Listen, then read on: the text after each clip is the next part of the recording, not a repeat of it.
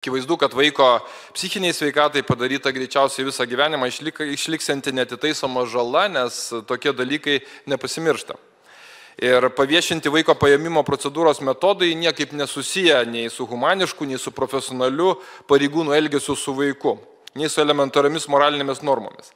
Tai prašau informuoti, ar šis atvejis jūsų vadovaujamoje tarnyboje buvo išsamei tirtas. Jei taip, kokios buvo šio tyrimo išvados, ar buvo nubausti atsakingi darbuotojai, kokia buvo nuobauda, ar jie buvo nušalinti nuo darbo vaiko teisų apsaugos ir įvaikinimo tarnyboje, ar jie šiuo metu dar dirba, kodėl apie tyrimą ir nuobaudas po to, kai visa šita informacija pasklido, nebuvo paviešinta visuomenėje, siekiant gerinti pasitikėjimą jūsų vadovaujamą tarnybą, nes akivaizdu, kad smūgis pasitikėjimui žmonių ir visuomenės tarnyba buvo didžiulis. Ir į šitus klausimus tikrai norėtųsi tikslių ir aiškių atsakymų, nes probleminių atvejų, tokių kaip šis ir labai skaudžių, tikrai yra labai daug, kur yra labai aiškios pareigūnų pavardės ir tam pačiam Kaune, ir reikia tuos atsakymus visuomeniai žinoti. Dėkui. Prašau, kas atsakys. Ačiū už klausimą.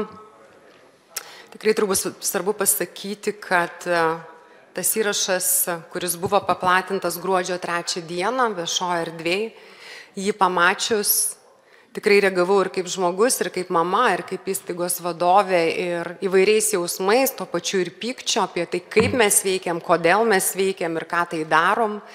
Ir iš karto informavau ministrę, iš karto ėmėmės veiksmų, sukontaktavau su kolegom, susijungėm analizuoti, tai buvo iškart sekmadienį.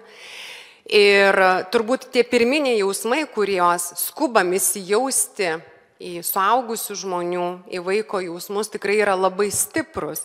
Bet gavus tą informaciją, su kuria susipažinau, neskubėjau nuvertinti, kaip jūs sakote, ar atleidot, ar kokie nušalinimai, todėl kad tos aplinkybės yra visos. Tai yra, kaip jau minėta, 5 metų situacija.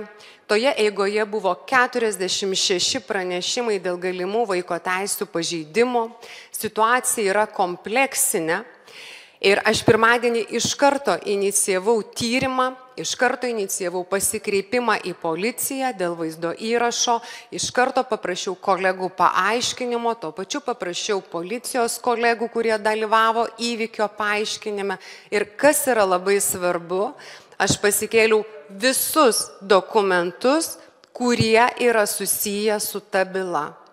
Labai noriu atkreipti dėmesį, kad rugsėjo 12 dienos, 21 dienos įvykiai tuo nesibaigė ir buvo teismo procesai. Teismas įvyko spalio 19 dieną, kuriam buvo pateikti šie vaizdo įrašai. Aš noriu pasituoti išvadą teismo pasisakymo iš jo nutarties, kodėl neskubėjau atleisti žmonių, kodėl neskubėjau įvertinti, o ryžausi laukti išsamaus tyrimo rezultatų. Teismo 2 sakiniai. Iš teismo nutarties spalio 19 dienos. Ieškovės atstovės 2023 metų spalio 13 dienos pateiktas vaizdo įrašas atskleidžia akivaizdų ieškovės nusiteikimą prieš tarnybos specialistus. Ieškovės negebėjimą valdyti savo emocijų, jų neperteikiant mažamečiui vaikui. Arba sąmoningą jų demonstravimą ir perkelimą vaikui. Dėl ieškovės veiksmų sudėtingoje situacijoje esančiam vaikui papildomos įtampos ir baimės kelimą. Jos poveikį vaiko emociniai būsenai. Toks motinos elgesys netitinka vaiko interesų ir tai matyti iš vaizdo įrašuose fiksuotos vaiko reakcijos. Tai yra tik trumpa ištrauka ir ką noriu pabrėžti, kad teismas jau įvertino turimus įrašus. Aš nenoriu pateisinti darbuotojų, aš nenoriu pateisinti savęs, bet aš noriu paprašyti sudaryti laiko įvertinti visas aplinkybės ir tai yra ne valandos ir ne 2 valandų trukęs procesas.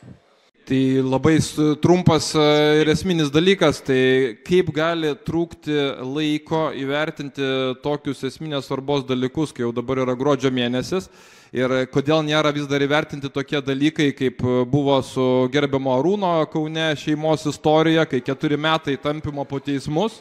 Ir infarktas, insultas... Dėl vedimo tvarkos, Mindaugai, gerbkit kitus kolegas, yra daug užsirašysių Seimo narių.